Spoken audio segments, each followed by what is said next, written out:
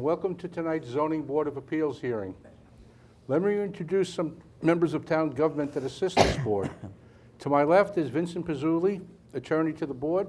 To his left is Blaise Donadio, a planner in the planning department. You are all here tonight seeking relief from the Smithtown zoning ordinances. And it's our job to try to help you achieve the goals you are requesting whenever possible. It's up to you to provide us with precise, accurate information so we as a board can make decisions based on the facts that you present here tonight. We as a board must consider the 5 following conditions, and they're listed here for you. Number 1, whether an undesirable change will be produced in the character of the neighborhood or a detriment to nearby properties will be created by the granting of the variance. Number 2, whether the benefits sought by the applicant can be achieved by some other means.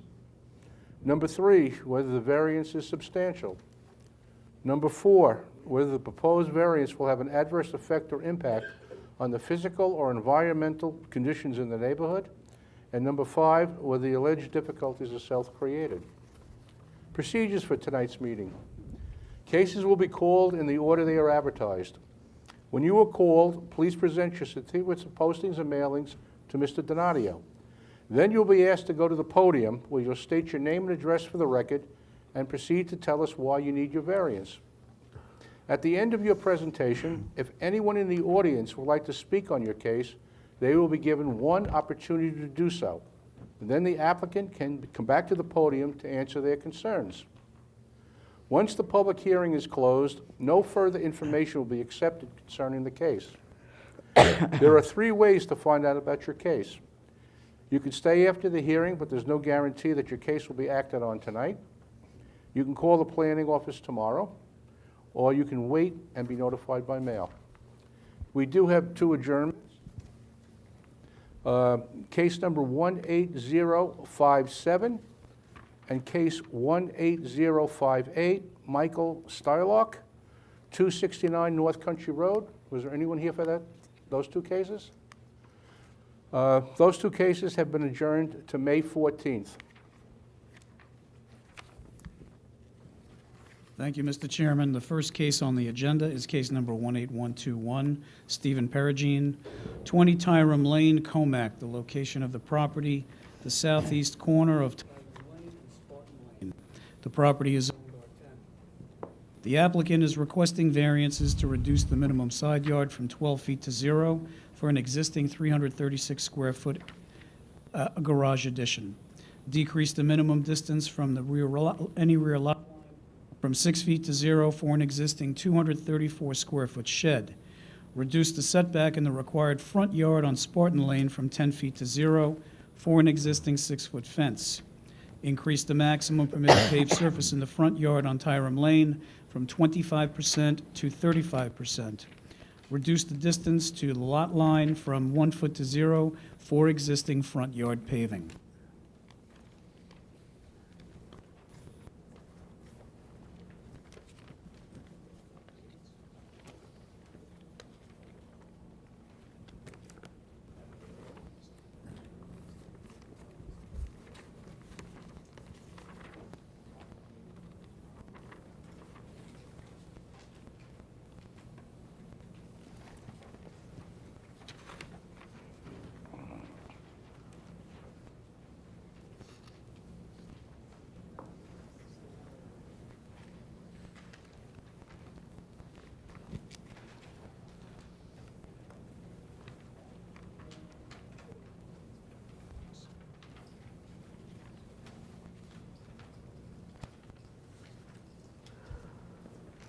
Good evening. Good evening. Could you state your name and address for the record, please? Stephen Perugine, 20 Tyrum Street, Comac, New York, 11725. We're asking for the variance for the fence and garage and a shed and extra paving. Okay.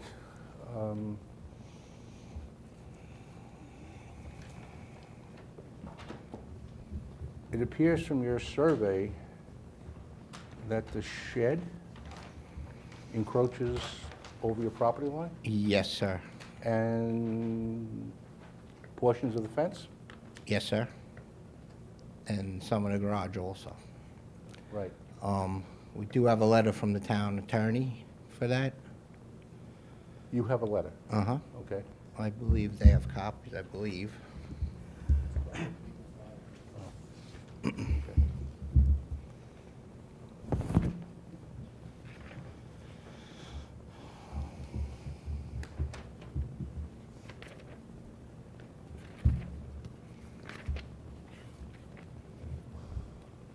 Well, in essence, what did the letter state?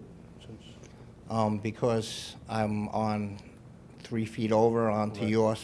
I'm lit next to a sump. So it's stating that if anything happens on the property, that I built the stuff on, that I'm responsible for it, Oh, and that you're not responsible. all right, so you have a whole harmless agreement, Correct. okay. How did these structures wind up on the town property? I had it built, I thought it went to the fence line of where the sump is. I didn't realize that we're off the fence line. Oh, you didn't have a survey? No, sir. All right. Anybody have any questions? No? Planning? I know that the town attorney's office did issue a hold harmless agreement to the applicant for the encroachments on town property. I think the only concern that the board may have about this is that if you chose to approve it, that it may bring issues down the road with respect to other people encroaching on town property as well. All right, thank you. Is there anyone in the audience like to be heard on this application? Can I have a motion to close the application, please? So moved. Moved in second, all in favor? Aye. Motion carried. Thank you. Thank you, sir.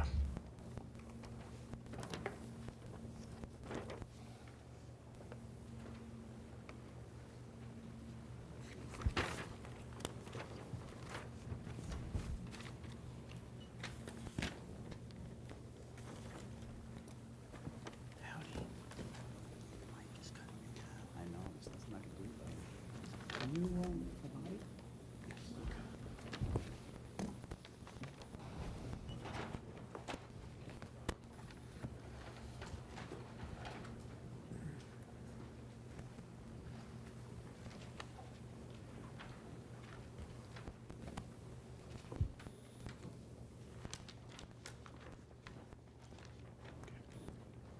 The next case on the agenda, case number 18122, Robert and Jody Avati, 317 Rose Lane, Smithtown, the location of the property.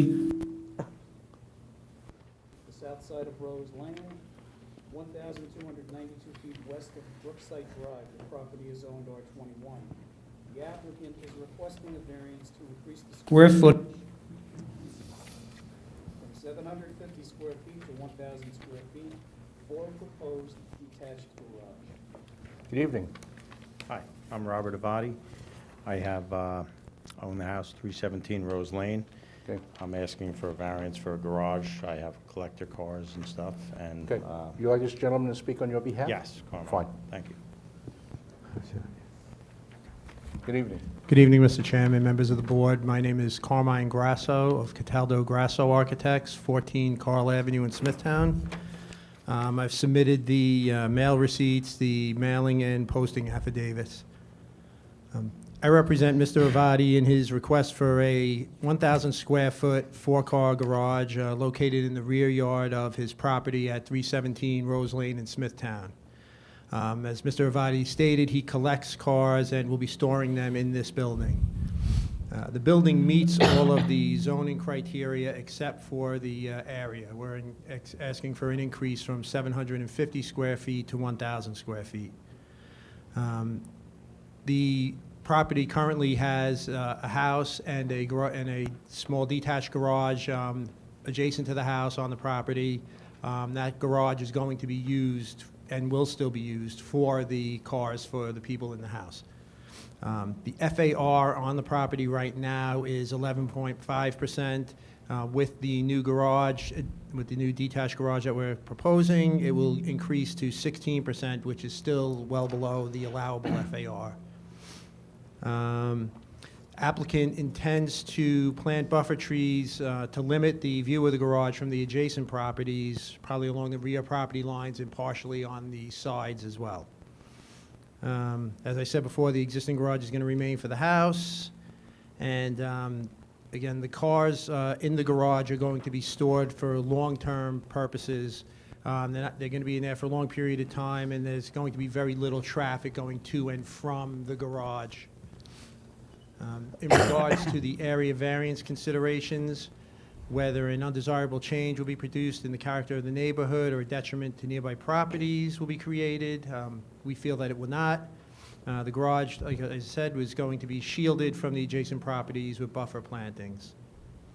Whether the benefits sought by the applicant can be achieved by some method feasible for the applicant to pursue other than the variance, it wouldn't, because the size of the garage is necessary to store the applicant's collector cars. Whether the requested variance is substantial, we feel that despite the 33% increase in allowable area from 750 to 1,000, we don't feel that it's substantial because it meets all of the other dimensional criteria in the zoning variant ordinance. Whether the proposed variance will have an adverse impact on the environmental conditions of the neighborhood, it will not. It's just a garage. There is going to be some electric involved. There's not going to be any sanitary flow associated with it. And we're trying to make the garage look as attractive as possible. And whether the alleged difficulty was self-created, although he does want to put the garage on the property, we feel that it's not self-created because the variance is needed for him to meet his needs for the number of cars that he needs to store in there. So if you have any questions, I'd be happy to answer. You're only 8 foot off that southern property line in the back? Yes, that's correct. Is there any way we can move that up a little bit? I know you're going to be putting plantings in there. It's awful tight, 8 foot if you're going to be put plantings and whatnot. How far would you be? 12 feet? 12 feet? Yeah, that would be fine. Would you want 12 feet from the rear and the side, or just the rear?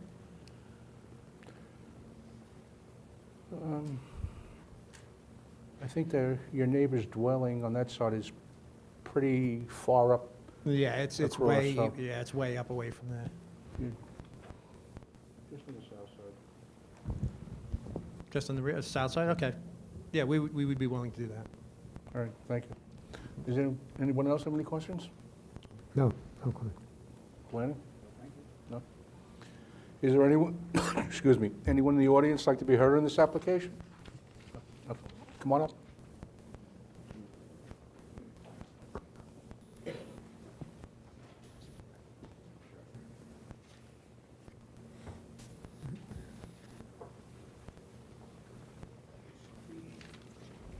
Good evening. Hello.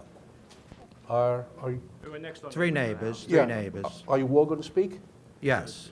Okay, so one at a time? You can speak one at a time, right? Okay. Okay, then just introduce yourself, Okay. spell your last name, and give the address, please. Sure. Thank My you. name is Gary Reinhardt, R-E-I-N-H-A-R-T. I live at 318 Rose Lane.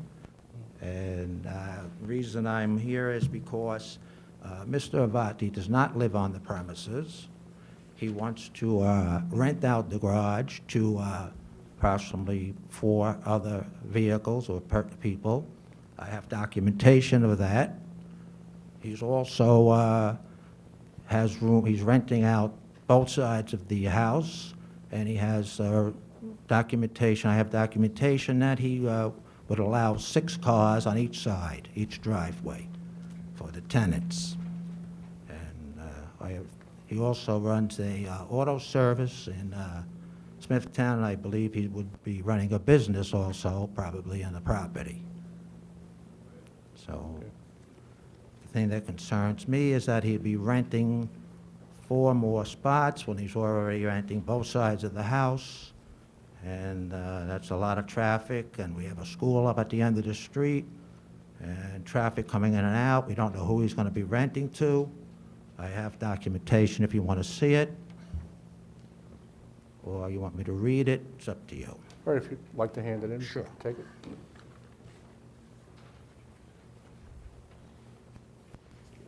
Okay, thank you. Thank you.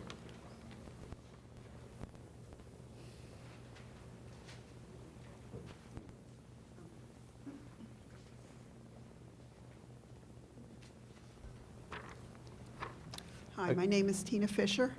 I live at 297 Rose Lane, which is directly across the street from the property. Can you just spell your last name? so we get it Oh, correct? sorry. Fisher, Fisher. Thank you. And I live directly across the street from the property. Adding a garage, which he already has, he doesn't live, as Mr. Reinhardt stated, Mr. Avanti does not live at the property, and I'm concerned about the rentals of more space on the property. There is currently a garage that I don't believe stores vehicles. I don't know what it stores, but it's been open, and there are no cars in there. No collector cars. Right, thank So, you. that's all I have to add. Thank you. Okay. Sir? My name is Sean Busher, 319 Rose Lane.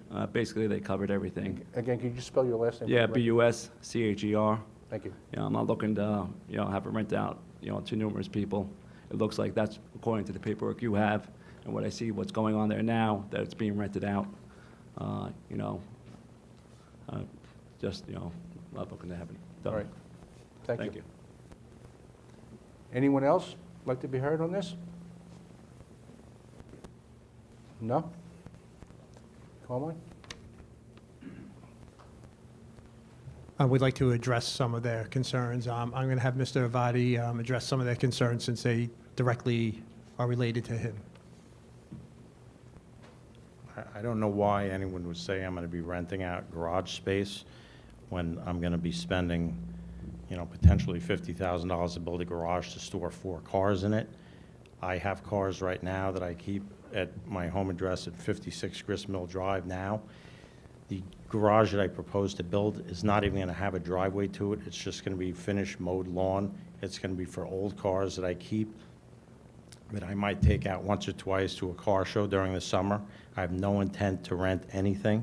As far as, the friends that I have in the house now, I bought the house. I have 2 daughters. One of them is going to be graduating Columbia in the, near future, and she's going to be a school teacher, hopefully on Long Island. Her and her boyfriend will be married. They're going to live in part of the house, and my other daughter, Kennedy, who does not have a job, she currently lives with us, is going to be in the other part of the house. As far as the garage that's there now, I have not an antique pickup truck, but a 1994 GMC, like a collector truck that I got from California. I also have a brand-new 2019 Dodge pickup that just sits in there that I don't use. We go, to Florida once a year, and I take it out, and I use it for 3 months, and it goes back in there. Those are pretty much my everyday, would be an everyday vehicle. There'd be no renting garage space to anybody else. I have an auto repair shop in Smithtown. As far as me ever trying to turn a residential house into a business, I work 5.5 days a week. I'm not sure if anyone's ever been to my shop. The person right next to my house was actually a customer of mine, has brought their car in several times for work. I don't even do anything in my own driveway ever. I don't even wash my cars at my house. I wash everything at my shop. There wouldn't be any other traffic. If I put the car in and it was more than, if it was out more than once in 3 months, I'd be amazed. If they wanted to, keep track. I don't really know what the difference is. I guess I'm allowed 750 square feet, which I could squeeze 3 cars in. My thought process was if I could do 4 cars, I'm going to be spending about the same money. I'd rather have as much space as I possibly could have to be able to keep, some of my collector cars. Most of my friends live out of state, and they have, acres of property, and they have airplane hangars. They're able to fit 20, 30 cars. It's expensive just to... Some people use storage facilities, and it costs like $300 a month just to fit 1 car in it. So, I bought the house hoping that my family can live in it, and I can keep some of my collector cars. And that's... Can I just ask you to look at this? Sure. And just tell me, did you write it or not? Just, yeah, just,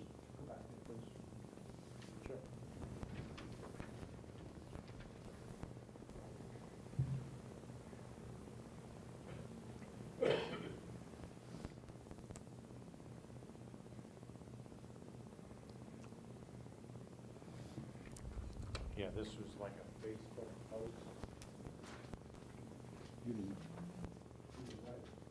No, I didn't write. Thank you. The person that was in that, her boyfriend is a classic car flipper guy, and he has a place in Babylon, and he rents out, he has probably 30 cars at any given time. He buys and sells off Craigslist and eBay and stuff like that. And that was his ex-girlfriend, you know, I guess made a post, something in reference to a garage, and that's before I even had the house. So, Okay. All right, thank you. thank you. Motion to close So moved. Second? Move in second, all in favor? Aye. Motion carried.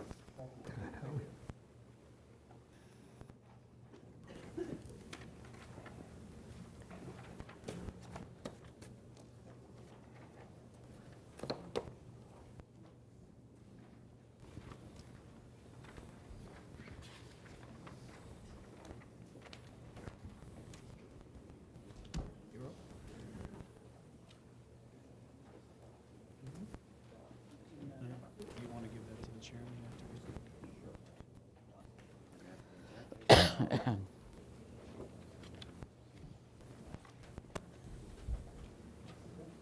Thank you.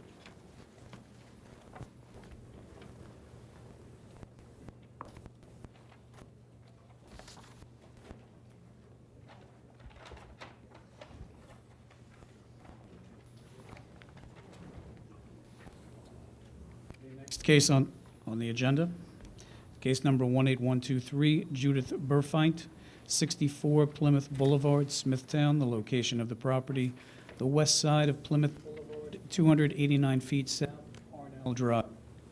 Property zoned R10. The applicant is requesting variances to reduce the minimum side yard from 12 feet to 11 feet for an existing 103-square-foot shed addition to an existing detached garage.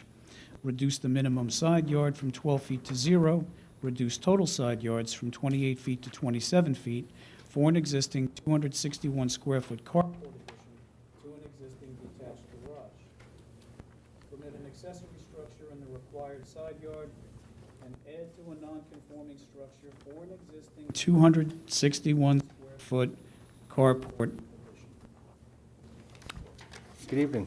Good evening, Mr. Chairman, members of the board. My name is Larry Buscemi, B-U-S-C-E-M-I, 15 Vineyard Way, Mount Sinai, New York, representing the applicant this evening. This is a variance for two structures, in addition to the back of a garage that is a shed, as well as a carport. Taking them separately, the shed is non-problematic, I believe. It's 11 feet 5 inches or something. It's a variance of about 7 inches, I think, from the required 12-foot setback. It's been around for many years. Has no effect on the environment. It's not visible to the adjacent neighbors. It's not substantial, as I said, because it's a minor variance. It can't be achieved by alternative means because the shed has obviously been there for many, many years. It would have to be torn down. It was created by the applicant's parents, who have subsequently passed on. Now, as far as the carport, that is a more problematic application. That comes entirely to the property line. In fact, is slightly over the property line. I know that this board is not terribly thrilled by applications where things go right to the property line. However, I think this is somewhat of a unique case. I may bring up a photo from an aerial photo. Okay, thank you. This property borders on a private school, and there is a large buffer between this property and the actual schoolhouse. There's a large parking area, and then there's a wooded area, which is their buffer zone. So on that side, the carport is not only not visible, but there's maybe 200 feet of woods between, which will never be disturbed, between the carport and the school. You can see that from the aerial photo. So in this case, we ask that you consider allowing this structure to stay. It's been around since I've been told this evening, actually, by my client, that it was around from the 70s when her parents built it. It's remained in the same spot and in the same condition ever since then. It has no effect on the environment, doesn't cause any runoff. Let's see. As far as the neighbors are concerned, again, the school can't see it, and you can't see it from any of the other adjacent properties or the street. I mean, you can see it from the apron of the driveway, but not across the street. And again, it was built by the parents of the applicant, so it was in a sense self-inflicted. And the stockade fence? Should be moved to the property line. So the carport encroaches on the other property. Right. And so does the fence. Correct. Okay.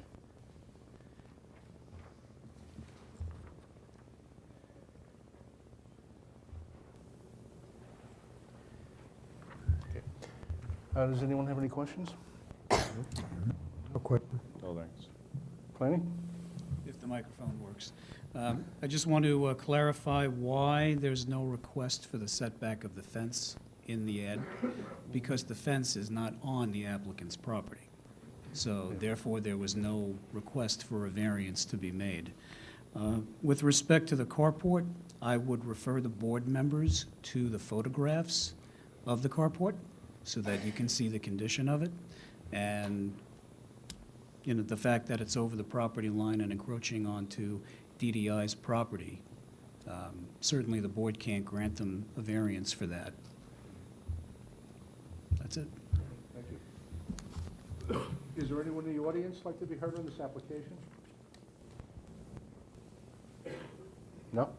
All right, can I have a motion to close the application, please? So moved. Second.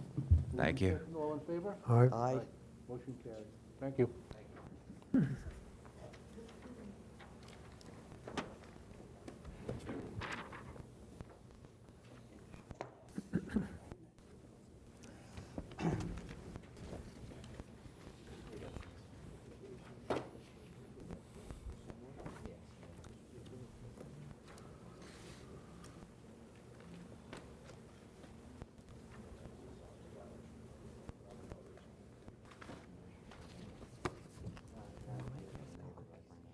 She only has some always. She only has some always. No, this is for this.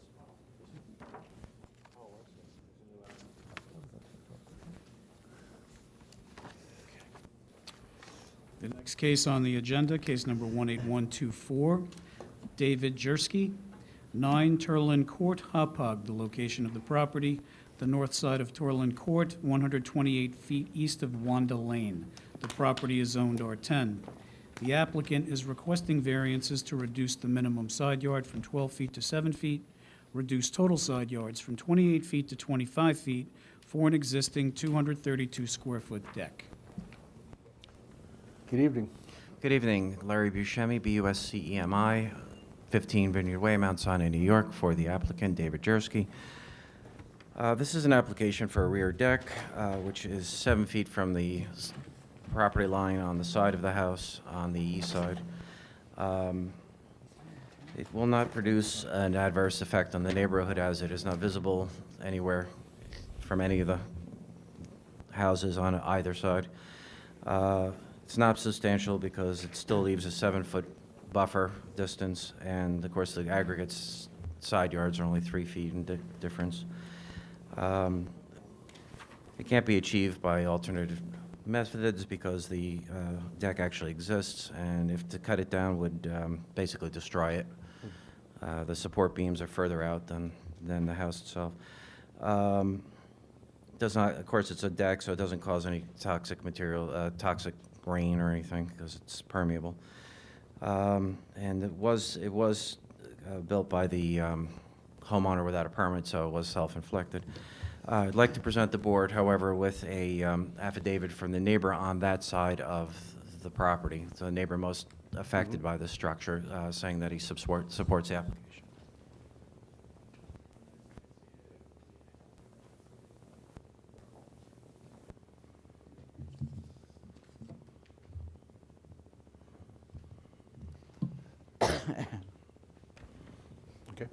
That concludes my application. Okay. Does anyone on the board have any questions? Planning? Thank you. Is there anyone in the audience like to be heard on this application? Can I have a motion to close the application, please? So moved. Moved and second, all in favor? Aye. Thank you. Have a great night.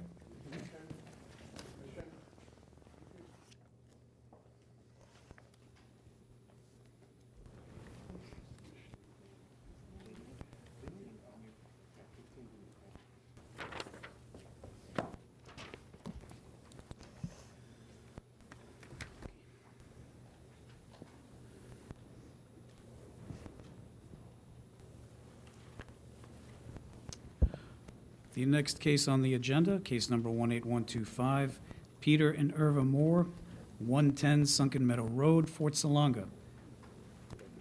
Yep, yeah, yep, and the cards are in here, Cards there. and the affidavits here. Jurisdiction, and then from the DEC. Okay. That's, Brad Lewis, Red House gave a letter to you. Okay, thank you. 110 Sunken Meadow Road, Fort Salonga. The location of the property is the south side of Sunken Meadow Road, 136 feet west of New York State Route 25A. The property is zoned R43. The applicant is requesting a variance to expand a non-conforming structure to reduce the minimum front yard from 60 feet to 21 feet, existing at 18 feet, for proposed front porch, greenhouse conversion, and roof overhang. Good evening. Good evening. Peter Moore, 110 Sunken Meadow Road, Moore. Right? Excuse me? Sunken Meadow Road, Fort Salonga. You just use the microphone, please. Oh, okay, I'm sorry. Thank you. Basically, I'm here because the house doesn't conform, non-conforming. It's only like 20 feet away from the street. And the house was built in 1740, and I'm restoring the house. And there should be a letter from the Historical Society that my plans, he totally agrees on them. And the DEC, I just got a letter of non-jurisdiction because there's a pond in the back. I'm 150 feet away from it, so that should be all in order. Basically, I need a variance because it's non-conforming. It's so close to the street the way those old houses were built. But I'm trying to put it together. I've done it before. I've had several awards for rebuilding old homes, and that's what I plan on doing with this one. All right, thank you. Nice project. Does anyone on the board have any questions? No, thanks. No question. No, thank you. Is there anyone in the audience like to be heard on this application? Have a motion to close the application, please? So moved. Second. Moved and second, all in favor? Aye. Motion carried. Thank you. Thank you very much.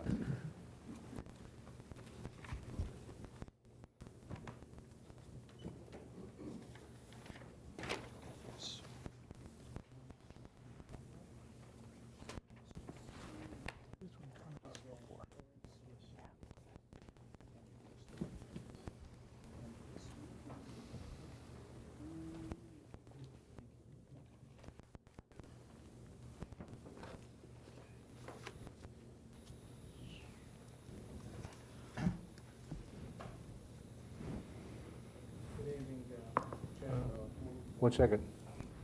The next case on the agenda, case number 18126, Ramsey and Muriel Kamel, 146 Hayrick Lane, Comac. The location of the property, the west side of Hayrick Lane, 595 feet north of Scholar Lane. The property is zoned R21. The applicant is requesting variances to reduce the minimum side yard from 16 feet to 12 feet, reduce total side yards from 34 feet to 26 feet, for a proposed 688 square foot garage addition and an existing 112 square foot gazebo. Good evening. Good evening, Mr. Chairman, and good evening, Board. Thank you. The request... Excuse me, can you state your name and address? Yes, sir. My name is Ramsey Kamel, and my address is 146 Hayrick Lane in Comac. Thank you. Sure.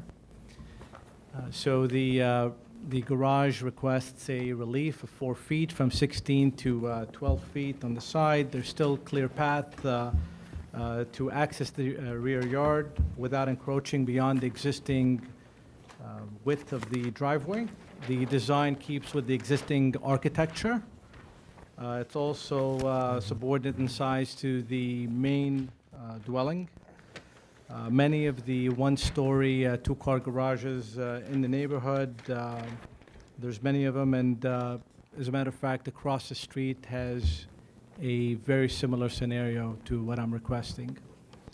As far as the requested variance, it's not substantial when compared to other, to the character of the neighborhood. As a matter of fact, the developer for the neighborhood, when he built the houses, he constructed the property to justify to one side, and then the garage and the driveway justified, to the opposite side. So many of the existing garages in the neighborhood have a motor court at the top of the driveway, which requires the individual to, pull in the car, and then allows you to be able to back up and drive and turn around in the driveway.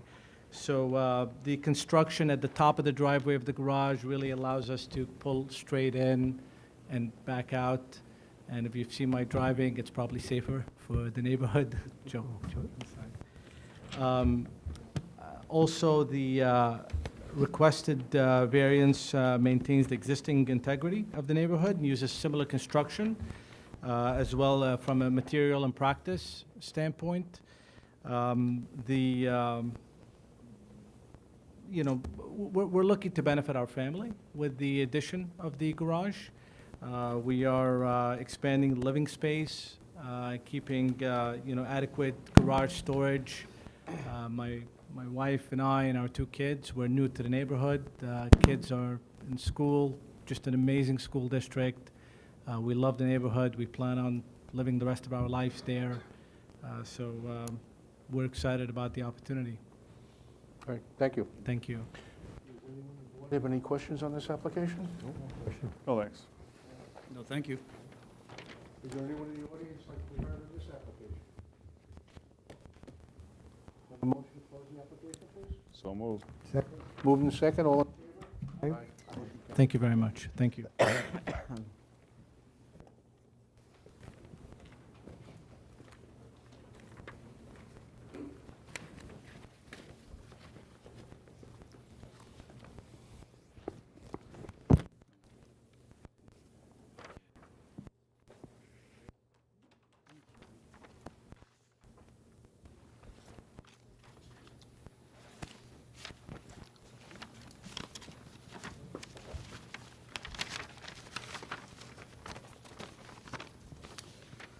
The next case on the agenda, case number 18127, Brandon A.B., 2 Harris Court, Comac, the location of the property, the northwest corner of Harris Court and Witchard Boulevard. The property is zoned R21. The applicant is requesting variances to decrease the minimum setback of a 3.5-foot retaining wall from the property line from 3.5 feet to 1 foot. Increase the maximum height of a retaining wall and fence from 6 feet to 8.5 feet. Decrease the minimum distance from any lot line from 3 feet to 1 foot. Permit a 5-foot fence to be 0 feet to the top of an existing 3.5-foot retaining wall. Good evening. Good evening. My name is Brandon Abbey. I live at 2 Harris Court. That's in Comac. So I'm requesting the variance. The retaining wall that is there, I replaced in 2001. It was a crumbling wood retaining wall when I purchased the home. And for safety reasons, I replaced it with a stone wall to code. At the time, because the code is different then than it is today. Everything was staked out and property lined, and it was just replaced exactly where it was. From an environmental standpoint, if the wall would have to come down, my property is an odd-shaped property, as well as I have 2 fronts and a corner property, and the elevations range from one side to the other side, probably about 17 feet.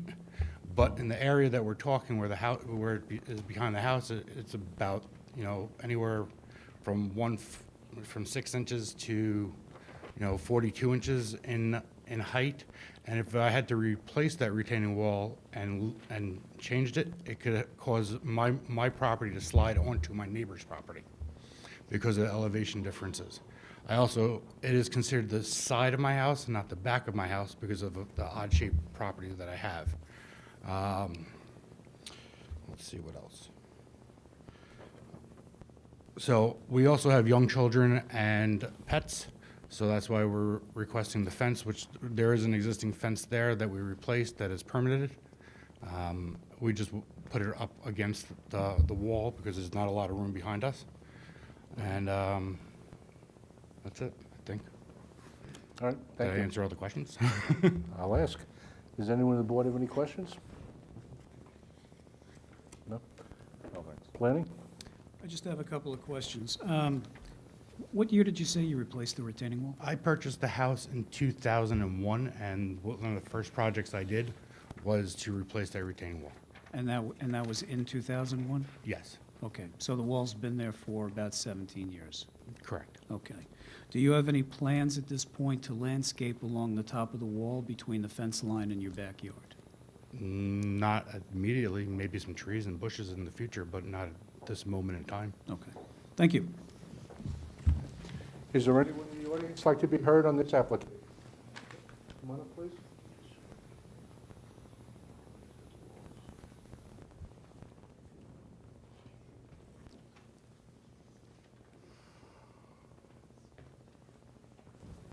Good evening. Good evening. Could you state your name, spell your last name, and give the address for the record, please? Larry Ross, R-O-S-S, 62 Wishart Boulevard, Comac, New York, 11725. Thank you. Mr. Chairman, members of the board, my property neighbors borders Mr. Abbey's property. He's built his wall up so high that I have a 6-foot-high fence on my property that I put for privacy. He built up his wall, which was not an existing wall where we're talking about. He put a wall in, put dirt up. It's so high that if he's standing on his property, I can see him or his family from their knees up. Okay, he's got a dog that can put his paws on the top of the fence, on my fence, and look over into my yard. So I'm opposing this variance based on the lack of privacy that I now have. I don't have the ability to build a 10-foot-high wall on my property. It would be out of code. And I also believe there's a safety issue. Someone could just fall over this fence into my backyard, and I have a pool in my backyard. So my entire property is fenced to protect from that, protect the pool. All right, That's all I have. okay. Thank you. Any questions? No, we'll have them come back and address it. Thank you. But 1 second first. Anybody else like to be heard on this application? Anybody else? No? Okay. Would you like to address his concerns? Yes, I never raised any property. The existing wall that was there was ripped out and replaced to a in-code stone wall to protect my property from falling onto his property. I have a 5-foot fence in the direct behind me to prevent any people or any children or any animals to go over that fence. So because there is an elevation, there's a protection issue, that if my children were to fall off, that, going down 42 inches, and the stone wall does not go above his 6-foot fence, it is below, as you can see in the pictures. I took pictures of all the areas. Some areas it's much lower than the fence, and some areas it's above the fence. No, actually, it's never above the fence, but it is below the fence line. I think one of the pictures is an angled picture that you can see, if that's one of the pictures you have, that shows that it is below his 6-foot fence that is on the property line, that is not variance for a property line fence as well. But that's neither here nor there, that's for another day. I put a fence up to protect my children and to protect my animals. Yes, you can see over the fence because my property elevation is higher than his property. And I didn't design the earth. The earth was built and laid the way it is. And I've never increased the elevation of my property.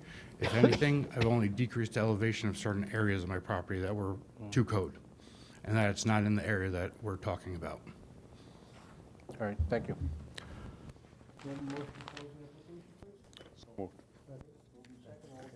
Aye.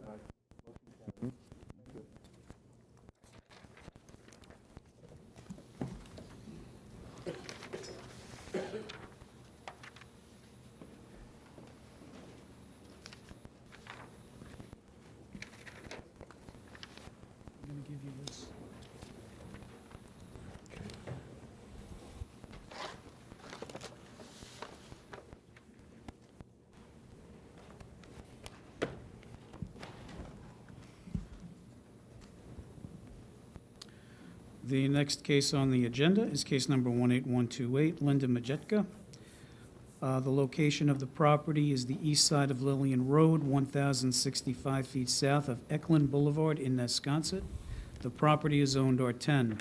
The applicant is requesting variances to reduce the minimum required lot area from 10,000 square feet to 5,000 square feet. Reduce the minimum lot frontage and setback from 75 feet to 50 feet for proposed two-story single-family home. Good evening. Good evening, Mr. Chairman, members of the board. My name is Vincent Tremarco. I represent the applicant. I've submitted the affidavits of posting and mailing to Mr. Donadio. At the outset, I'd like to submit to the board, and perhaps the chairman could mark it as one exhibit, certain pieces of evidence which the board might want to have in front of them as I make the presentation.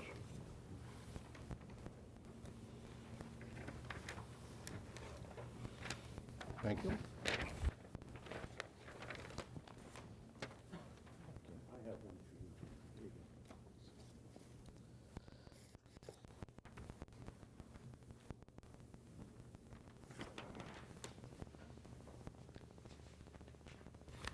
I don't want to leave Blaze out or the distinguished special counsel.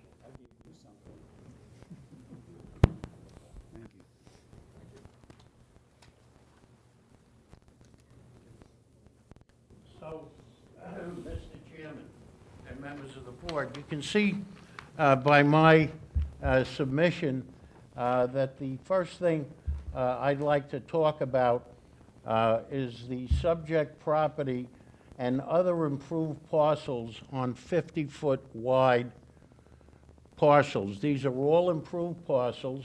You can see from the, I guess it's purple color, all of the 50-foot wide improved parcels on the various streets around and surrounding my client's parcel on Lillian. There's 3 50-footers about 4 lots away from the subject parcel. And on the opposite street, same common rear boundary line, Audubon, there's 1, 2, 3, 4, 5, 6, 7, 8 parcels that back up to on the second street, which I indicated was Audubon, and so on. There's Edgewood, there's one on Oakdale. There is at least 25 parcels that are 50-footers and that are improved. On Lillian and Audubon alone, there's 11 lots that are improved with 50-foot parcels. The second part of the Exhibit A are photographs of all the dwellings on 50-foot wide parcels of 5,000 square feet on the same block as the subject property. So if you take a moment and look at those pictures, you can see that they are all improved parcels.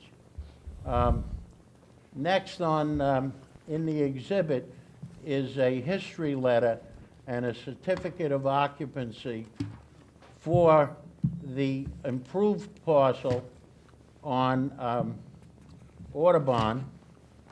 Eklund, I'm sorry, on Audubon, I was right. Okay, and you can see that some time ago, we did get a variance for a porch in the front, but that improved parcel and the certificate of occupancy and the history letter, which you have in your packet, indicates that it all was built and improved on that one backed up 50-foot parcel and had nothing to do with the vacant parcel that we are applying for tonight. As you can see, not only did we get a history letter from the town chief building inspector, but we also got a variance from this board based upon the improved lot, and it had nothing to do with the existing vacant lot. You can see that if you look at the certificate of occupancy, it only concerns part of lots 13 and 14, and it's in an R10 zone. Now, another significant factor in our application is we are only asking for a frontage variance and an area variance. So the side yards of 16 and 12, which are required in an R10 zone, are going to be maintained. So as far as the neighbors go, they will be, that new house will be the same distance away as all the required R10 houses who might have been on a 100-foot parcel. So the effect is very minimal with respect to the setbacks, the side yard setback. I'd also like to call to the board's attention a variance that was granted, BZA case 17634 Mallon. It was on Playstead Avenue. It was a 50-foot wide parcel, albeit it was 28 foot longer. It was 128 foot instead of 100 foot deep, but the same 50 foot wide. And this did not meet the character of the area, but the board, in its wisdom, granted the variance. I didn't handle it, but it appears that the board found that it was appropriate for Playstead Avenue. The character of the area on Playstead Avenue and the houses on there are on larger lots, but yet the board granted it. I think the other case that we happen to handle in San Remo was Spignolo, and in that case, the board did grant the variance, although it was an 80-foot wide variance. The board found that it met the character of the area. I think they also did it because a couple of houses down, we did get another variance for an 80-foot wide. So there is ample precedent for this board to grant the variance. Now, if you think about the criteria, would this have an adverse effect on the character of the area? No, the character of the area is substantially 50-foot wide lots. How did that come about? Well, it probably came about many, many years ago when this was more of a summer vacation community, and people bought lots on 50-foot wide by 100-foot deep, and that's the kind of maps they presented with respect to anything that may be, I guess you could say, a resort-type community. This was probably near the lake in San Remo. When they did the small lots, it was, of course, near the Nessequag River. Will it have any adverse effect on the environment? The health department will have to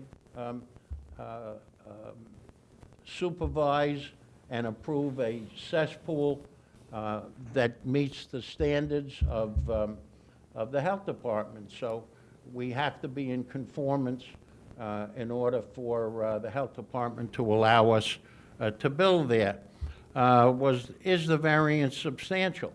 Well, it's substantial if you look at it from the point of view of what the zoning is. If you look at it from the character of the area point of view, it's not. That's what this area is all about, 50 by 100.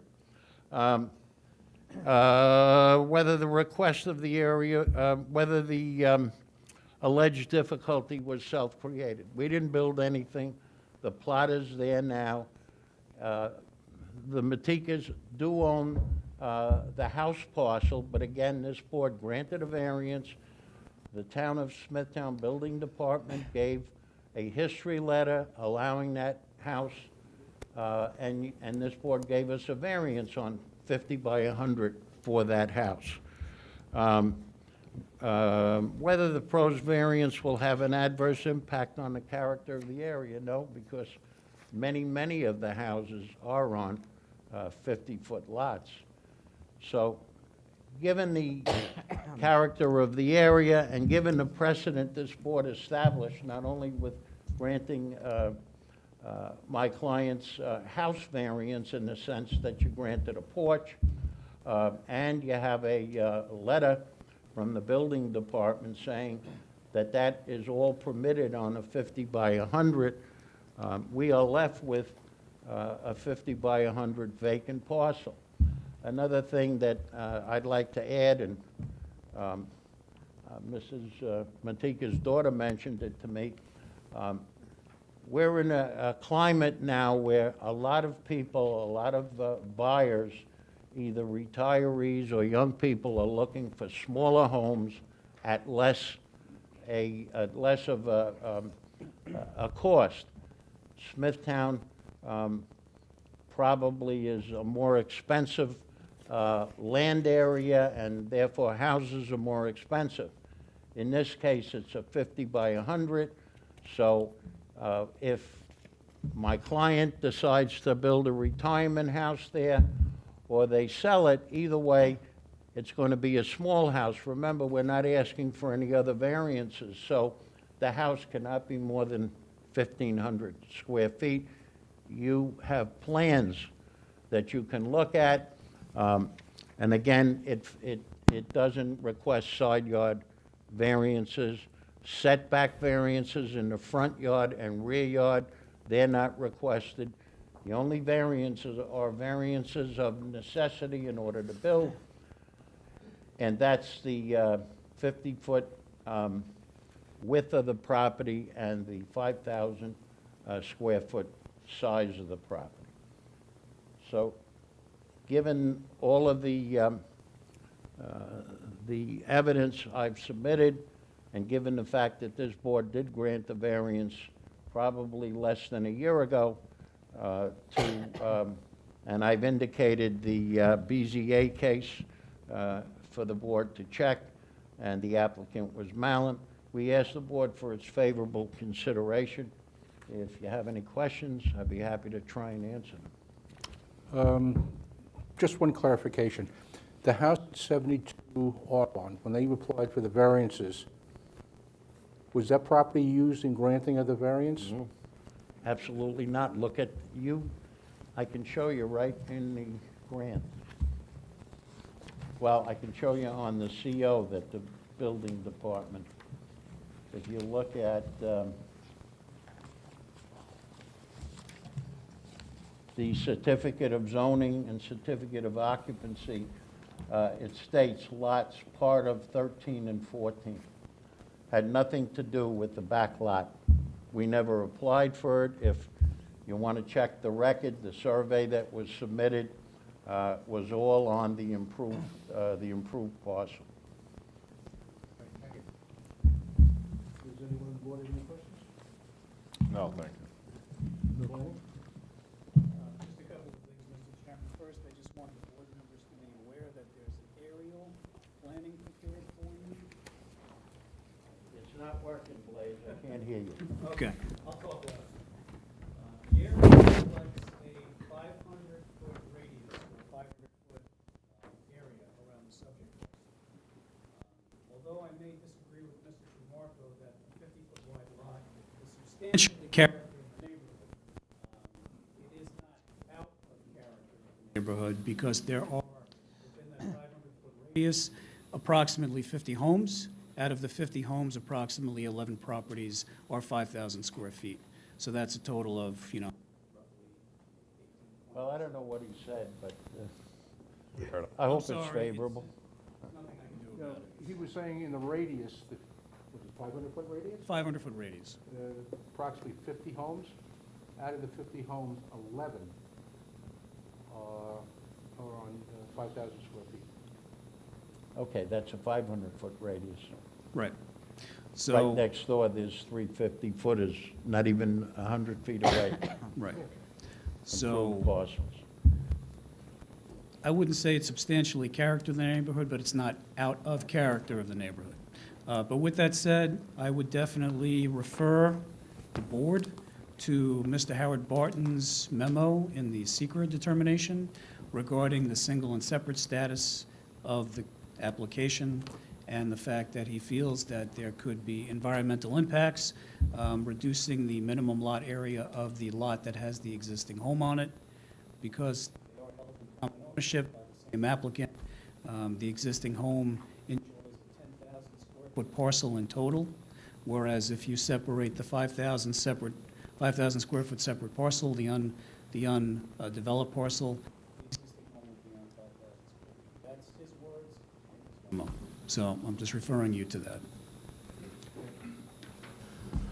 Is there anyone in the audience like to be heard of this application? Okay. One at a time, come on up.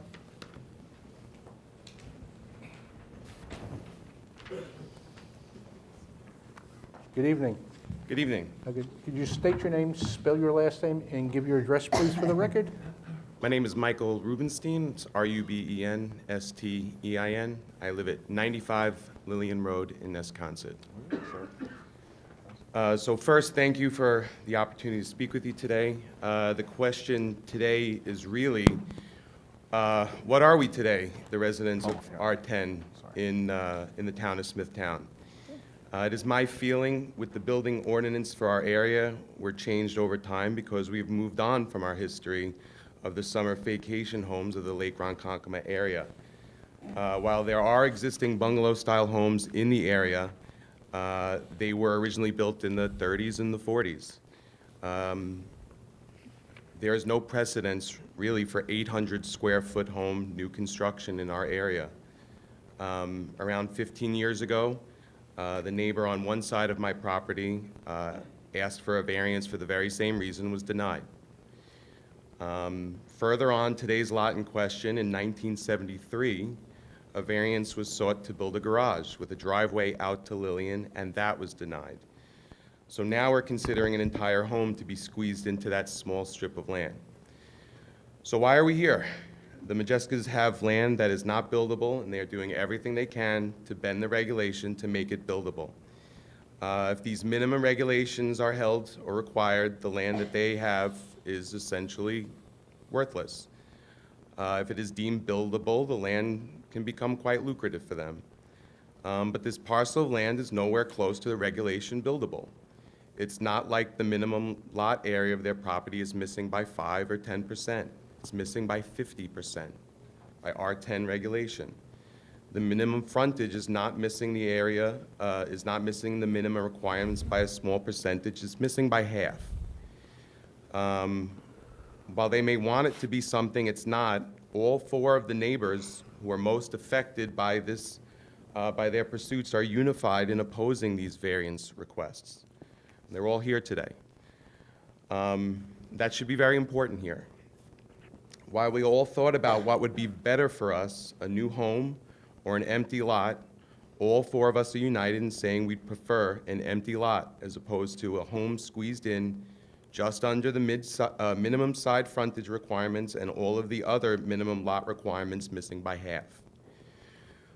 Personally, I enjoy the attributes of row housing, where you can look out to your house and see a house, and you are in your backyard and you see your neighbor's yard.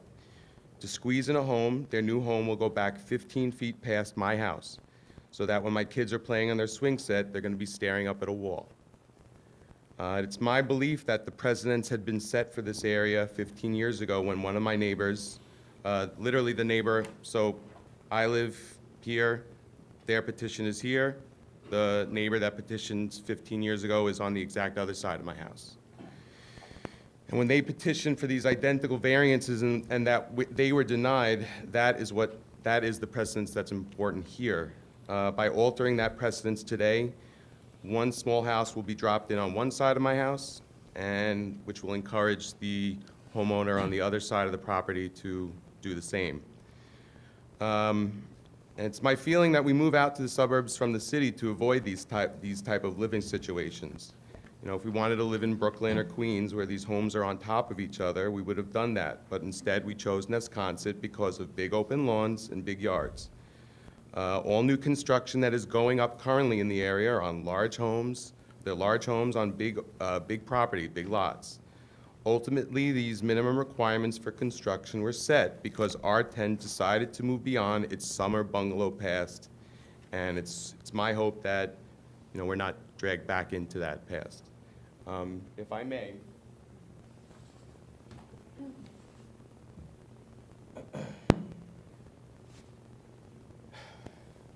These are 3 bungalows. This is where the petition is. All of the other bungalows are here. The further you move past here this way, the houses become quite large. So really, while we're talking about some housing that's happening, you know, in the east over here, the further west that you move away from this area, they're large homes, large lands. And that's it. Okay, thank you. Okay, thank you.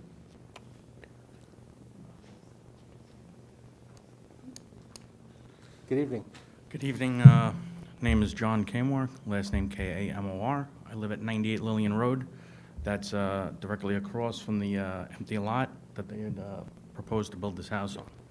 Again, as my neighbor had stated, because we spoke about this, there was a house that was going to be built to his other side by a very lovely lady.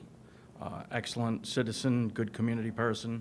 I did go there and I opposed it because of the possibility of setting a precedence that would ruin the neighborhood, ruin the character of the neighborhood.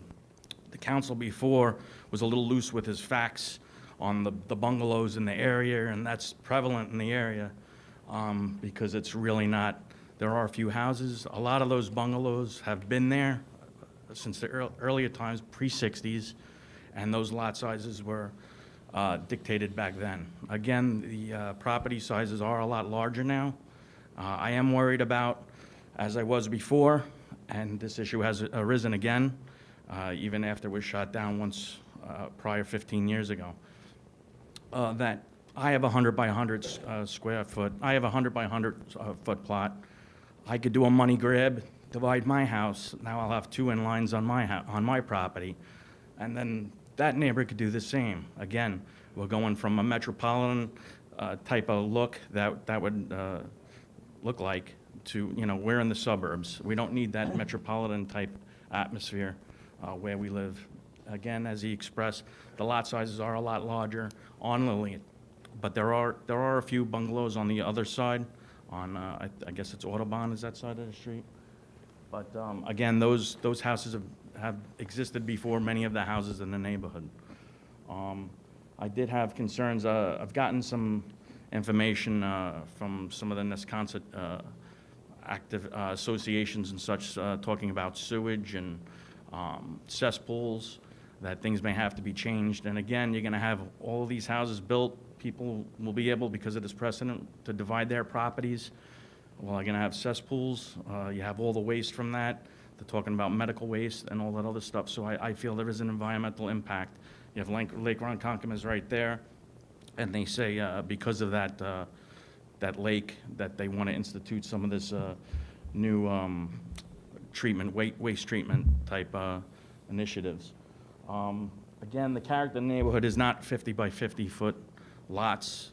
And again, as the neighbor prior to me suggested, we're not talking about 1 or 2 feet. We're talking about 50%. So that's substantial. It's not 5, not 10%, not even 20%. Talking about 50%. I had heard, I'm not sure, I haven't seen the plans, but that they were going to accommodate 4 cars in the driveway. So pretty much you'll have just a block of 4 cars in front of the structure that's going to be 2 stories high. There's many bus stops in this area. The traffic is already, Lillian's sometimes used as a cut-through because it borders Old Nichols Road in Gibbs Pond, so we have a little more vehicular traffic sometimes, and this will just be more. And again, the concern is for my family, the neighborhood, the community, and I'm 100% against the building of this and the subdividing of this property. All right, thank you. Thank you. Next.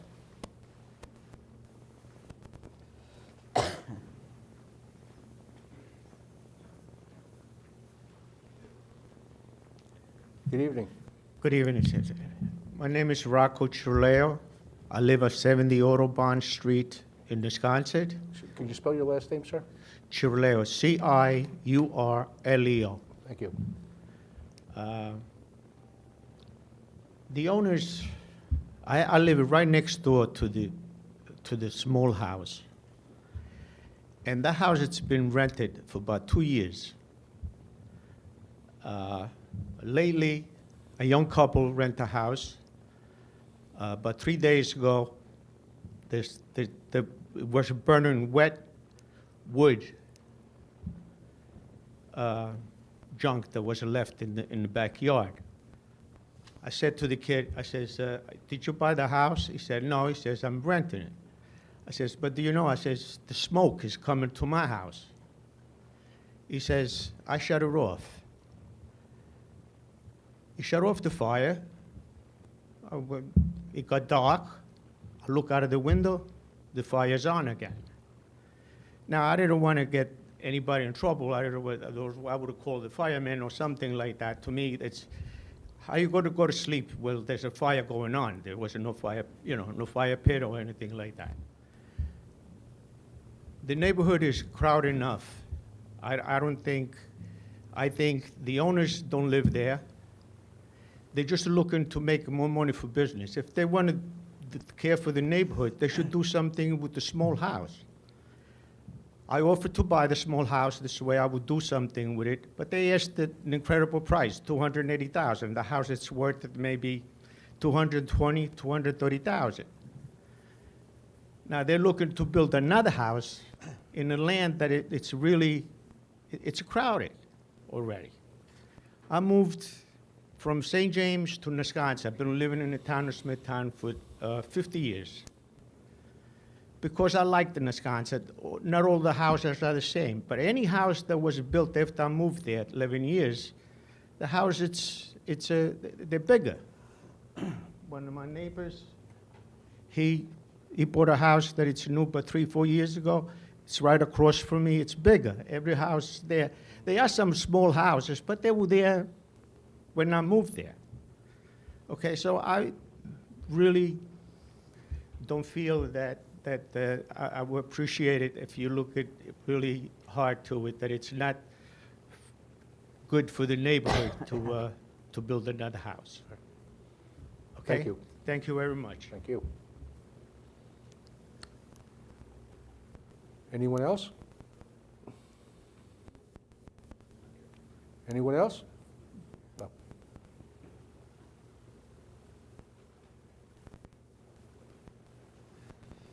Good evening. Good evening. My name is John Iasenza, last name Iasenza, Iasenza. I live directly right across the street from the house at, 71 Audubon Street. And I feel that, I had bought my house, like Rocco was just saying, like a few years ago, and my house is like on 75, 80 by 100, and we built a decent-sized home on that land, and it's not as small. I feel like what they're looking to do is put 2 houses on a small piece of property, and I don't think that's going to work for our area, like everyone else said, so I agree with that. And I don't know, I know the lawyer, he feels like there's so many properties that are about 50 feet wide. I don't know any on that block that are like that, 50 feet. I mean, I guess there is some proof, but I mean, in the area that we are in, there is nothing like that. They're about 80, 75, 80, and bigger. Maybe not as big as Lillian, but pretty big. So I don't know how true those facts are, but like what I'm saying is, what I'm seeing is, anywhere from 80 to 100 or 150 feet wide or length. So, like I said, I detest, I don't agree with it, and that's all I got to say. All right, thank you very much. Thank you.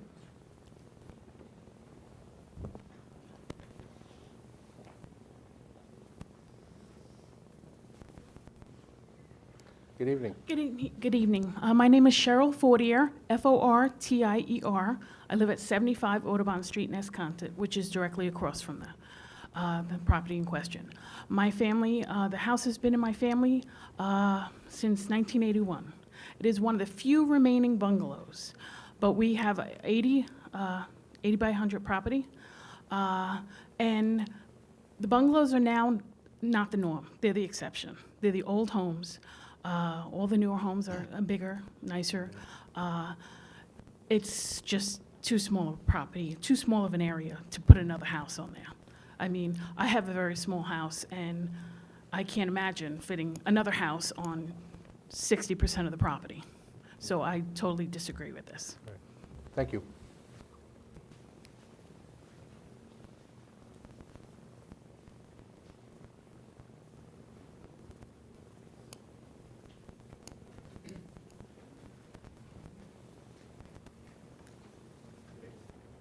How are you? My name's John Conte, C-O-N-T-E. I live at 67 Audubon Street, and you know, they're going to reduce this property by 10,000 square feet to 5,000, and it's half. And again, my property is like 125 by 125, and it's a high ranch.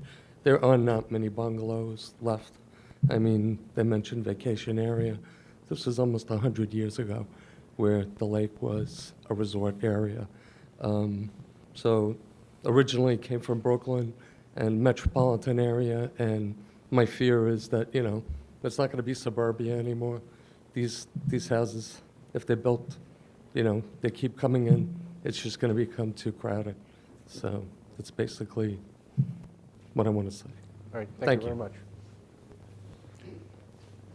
Anyone else?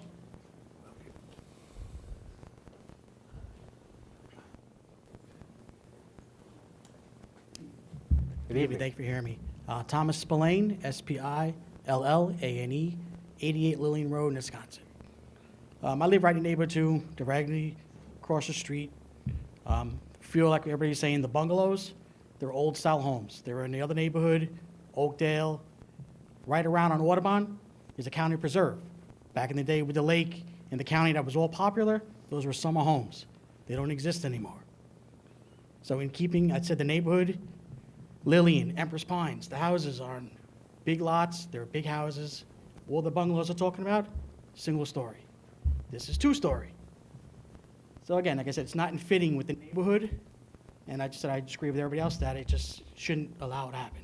Right. Thank you for hearing me. Thank you. Anyone else?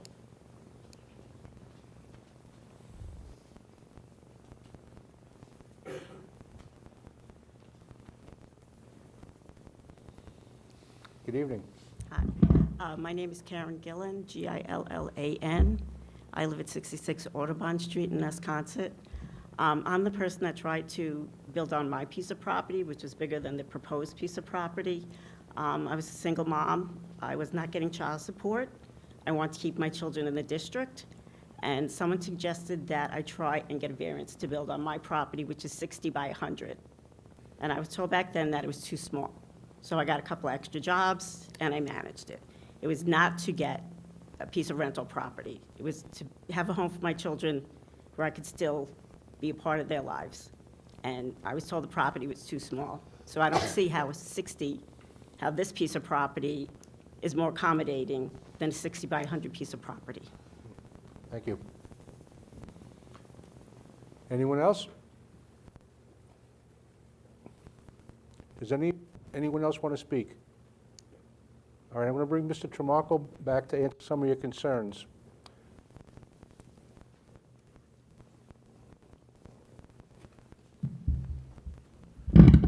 The first gentleman who spoke, I think, indicated that he was concerned about setbacks.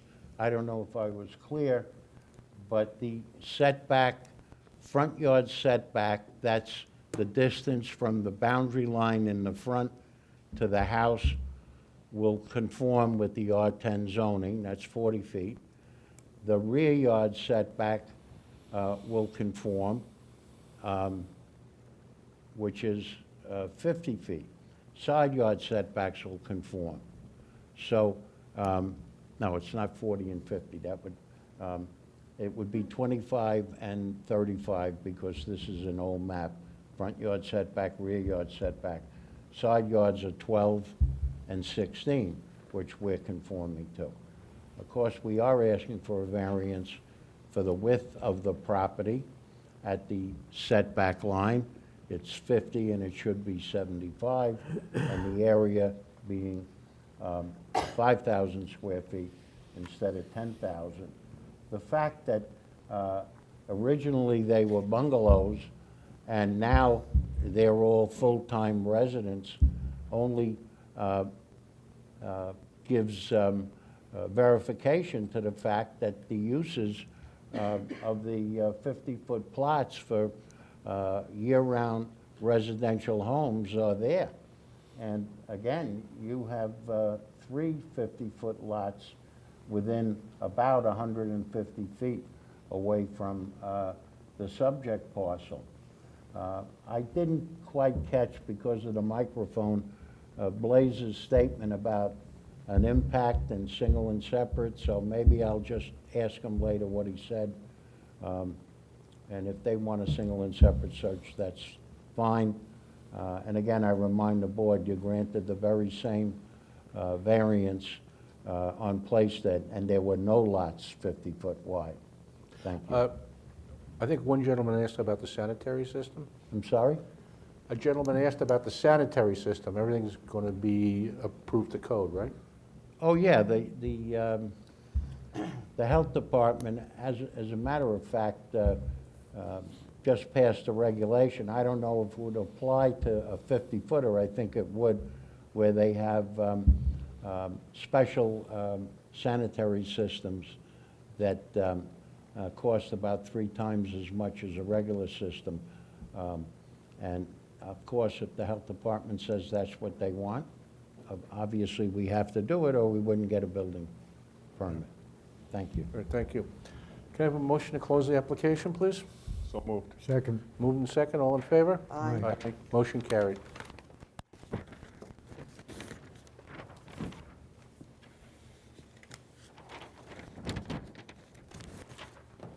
Decision.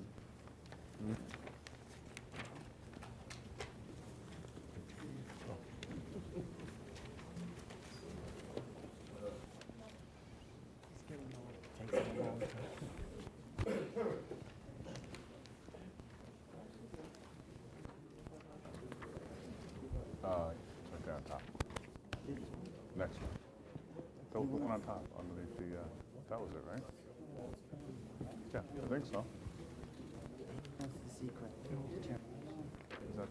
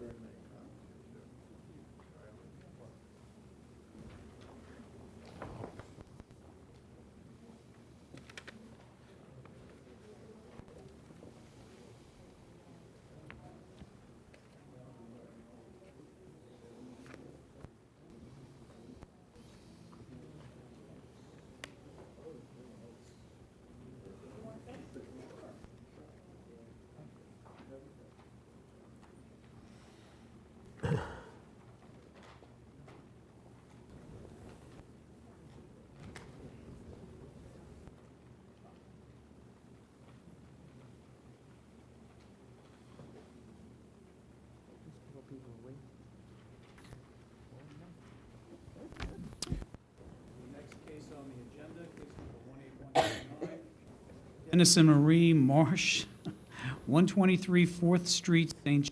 Location of the property, the north side of 4th Street, 129 feet east of 9th Avenue. The property is zoned R10. The applicant is requesting variance to permit an accessory structure in the required front yard on Railroad Avenue. Reduce the front yard from 40 feet to 0 for an existing 99 square foot shed. Reduce the minimum front yard on Railroad Avenue from 40 feet to 24 feet for an existing 485 square foot deck.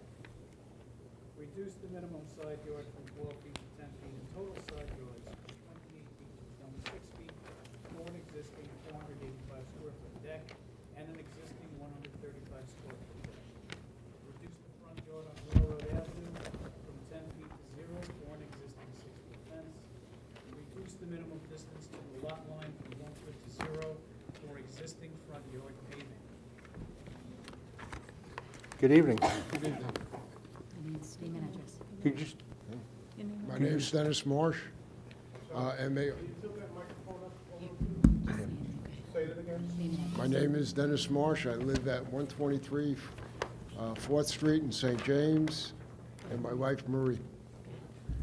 Hi, I'm Marie Marsh, M-A-R-S-H, 123 4th Street in St. James. okay. And you'd like this young lady to speak on your behalf? Yes, this is Tracy Rivera. We Okay. give her permission to do that for us. Thank you very much. Good evening, Tracy Rivera, Good evening. Tracy's Permits, 80 Terry Street, Patchogue, New York. Good evening, members of the board, Right. Mr. Chairman. You Hello, get can you hear me? Oh, 80 Terry Street, Patchogue, New York. Okay, perfect. This is an application that you've probably seen several times before the board. These people have lived in their home close to 40 years, and over the time that they've lived there, they've done a few little improvements. Now that they're looking to possibly move out of the area, they need to make sure everything's legal on their property. As you can see by the survey, that's part of the application. This is a through lot, so they kind of have two front yards, which is where we come to the first part of the application, which would be that 6-foot fence that's on Railroad Avenue. After I go over the entire application with you, Ms. Marsh will explain to you why the 4-foot fence was replaced with a 6-foot fence quite a few years back. We have one shed that's in the rear of the property, which appears to be in the front yard. That's the one that they're asking for a 0-foot where we need 40. It's a shed. It's only because of the way that the property is described. And then we have a couple minor things like the decking that's in with the 11.3 side yard where you need 12 and R10. Then we have the front decking, we're at 10.5 where we need 12. We have some fencing issues. And then there's a small portion over by 4th Street where the asphalt driveway doesn't conform to the 1-foot setback. We're at 0 feet. The fence part of the application, that they replaced the fence 6 feet at 4 feet. I'm going to now have her explain to you why the fence was replaced Right. back, I believe, in the 80s, I think you said. Go ahead, you can explain to them. Okay. We had placed a 4-foot fence when we moved into the house. We asked permission to put this fence up in the back of what we thought was going to be our backyard. We had permission. We have a letter from the town. We put up a 4-foot fence to protect my son at the time. It was probably around, I'm going to say maybe 1986 to 1988, somewhere in there. It was Christmas night. A bullet came through our back dining room window. The refrigerator caught the bullet. My husband was on the other side. There, by the grace of God, if that refrigerator wasn't there, he would have been killed. It was on a police report to Suffolk County. They came to the house. After that, as soon as we had the money, we took the 4-foot fence down and we put up a 6-foot fence. We had bottles flying over the yard. I can't even tell you how many times we got hit. The 6-foot fence has protected us. It has protected my children. Young teenagers were not jumping over my fence anymore, leaving the gate open so the dog could get out. We never had another bullet come through that window.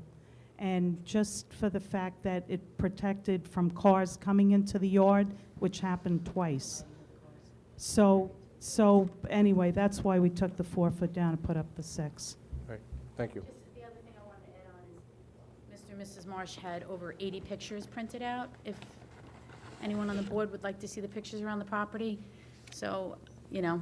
I went to the property. Oh, you so did? I saw it, Okay. yeah. So, I don't know mean, if it's any- very, you yeah, know, give them up to him anyway. You could just see, you could see how everything on this application is really just minor requests, except for this fence and the shed, which you know, you're considering the shed accessory structure, but it's a shed in their second front yard.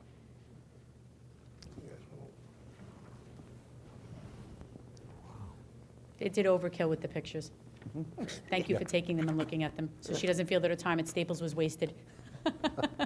We'll give them back. Thank you. Does anybody have any questions? I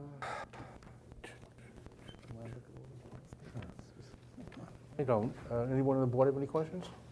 Yeah, you referenced a letter from the town giving you permission for the fence. Do you have a copy of that letter?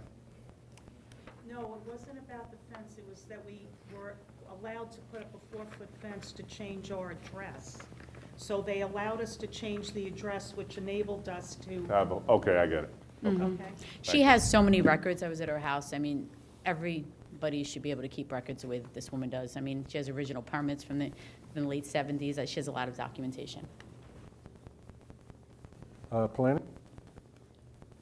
No comments about the application. Do you know how to fix audio video equipment? No, sorry.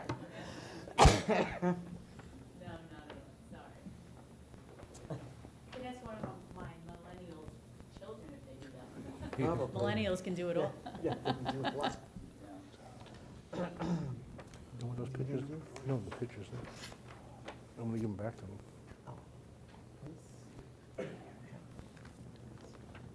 It's because they were here for the 50-foot. Right? Would you like the pictures? Yes, thank you so much. Okay.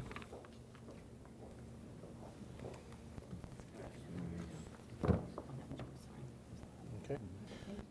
Is there anyone in the audience like to be heard on this application? Can I have a motion to close the application, please? So moved. Second. Moved to second, all in favor? Aye. Motion carried. Thank you. Thank you very much. Have a nice evening, everyone. Sure.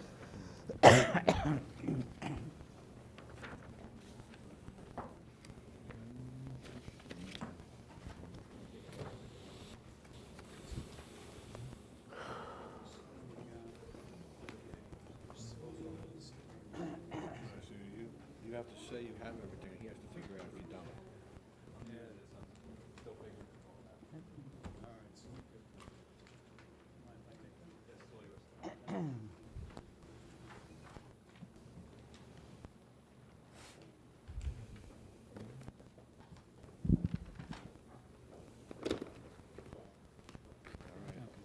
Why don't you try this? I did. Okay, let's try it. The next case on the agenda, case number 18130, Alan and Jennifer Neuendorf, 40 Ruth Boulevard, Comac. The location of the property, the northeast corner of Ruth Boulevard and Evers Court. The property is zoned R10. The applicant is requesting a variance to reduce the minimum front yard on Evers Court from 10 feet to 2 feet for a proposed 6-foot fence. Good evening. And members of the board. My wife and I, Jennifer, we bought our house 18 months ago, and we bought the property with a 4-foot fence on the side property and a 6-foot fence along the back, and it is rotted and starting to fall down. We have 2 small children, an 18-month-old and a 3-month-old, just about, and we are looking to put up a 6-foot fence for some privacy and security of our property. We're going to put up a white 6-foot PVC fence, which we got the idea from our neighbor at 2 Evers Court, who had a similar fence put up, and theirs is off the property line, and they have a buffered trees, which we have already planted, as you can see in the pictures, so that it will make it more appealing to our neighbors. So with that in consideration, we would like to put up the fence for privacy for us and our children, and for security reasons for our kids. All right, thank you. Thank you. Does anyone on the board have any questions? No. No question. I just want the board to be aware that the chairman and I did do a site inspection of the property. We did look at the corner clearance. We also checked for any type of obstructions. Turning out onto Ruth Boulevard from the cul-de-sac, there didn't appear to be any issues with the fence being set back 2 feet from the property line. I don't really think that there's a line of sight issue or a safety issue if the board chose to approve the fence to be set back at the 2-foot mark. And just for the board's knowledge, the previous ordinance that required the fence to be set back 20 feet from the edge of curb, which was recently amended to 10 feet from the property line, the board had a policy, generally speaking, that they would set a fence back from 20 feet to 16 feet. So in the case of this new ordinance, it would be from 10 feet to 6 feet. But again, neither I or I believe the chairman saw any reason why the fence could not be closer to the curb line. We just want to maximize the property. That's really it. Thank you. Is there anyone in the audience like to be heard on this application? Have a motion to close the application, please? Second. Thank you all. Second, all in favor? Aye. Motion carried. Thank you.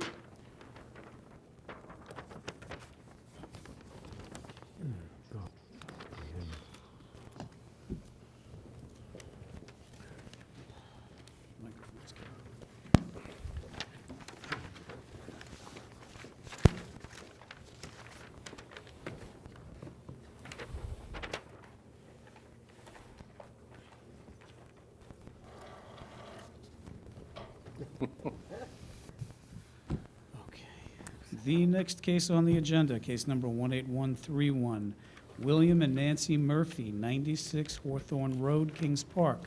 The location of the property is the north side of Hawthorne Road, 125 feet east of Lincoln Drive. The property is zoned R10. The applicant is requesting a variance to reduce the rear yard setback from 35 feet to 17 feet for an existing 8-foot-high, 660-square-foot deck. Good evening. Good evening, Chairman, members of the board. Christina Fry, an attorney with offices at 7 Pine Ridge Drive, Smithtown, New York. Here today on behalf of the applicant, Mr. Murphy, homeowner at 96 Hawthorne Road. A deck has always existed on this property. In 2006, prior to the sale of the property to my client, the prior homeowner was here for ZBA approval on a deck that the board permitted 23 feet rear yard where the requirement is 35 feet. We're now asking to permit a new deck that is now existing to exist 17 feet from the property line, an additional 6 feet for a 660-square-foot deck with a maximum 8-foot height on one side. A deck has always existed on the property. It is visible from other homes due to the slope of the land. It is a rather high deck as well. 17 feet will continue to remain from the property rear line rather than 35 feet. However, nothing can be built in the rear yard without a variance due to the fact that there is only 36 feet between the house and the rear yard. So therefore, a deck cannot be built without a variance, period. There is no undesirable I would say this is not a substantial request based on the fact that it's environmentally friendly. It's simply a deck. Other items could exist in the rear yard, like a pool. There is no room for a pool in the rear yard with the currently existing deck. There are no plans for a pool or any other structures in the rear yard. The homeowner simply decided to rebuild the deck due to the rot of the prior deck. It's built of composite materials that are environmentally friendly and found throughout the neighborhood. And while the current homeowner did create the issue here, it was not a determinative factor. In fact, based on the prior history of the property. And it appears that the portion of the deck that's 17 feet is just at that one point. Just at that one point. The rest is over 20 feet. You're 23 feet. Yeah. Okay, thank you. Thank you. Any members have any questions? No question. Lanning? Just one. Are there other homes in the area that have decks similar to this one? There are other homes in the area with similar decks. This property in particular is on a hill sloping downward. So I can say you can see into the neighbor's property off the deck. However, you could see just as easily if you were on the second floor looking from a bedroom window. But there are a number of decks in the area. Thank you. Thank you. Anyone in the audience like to be heard on this application? Have a motion to close the application, please? So moved. Second. Moved and second, all in favor? Aye. Motion carried. Thank you. Good evening. Good night.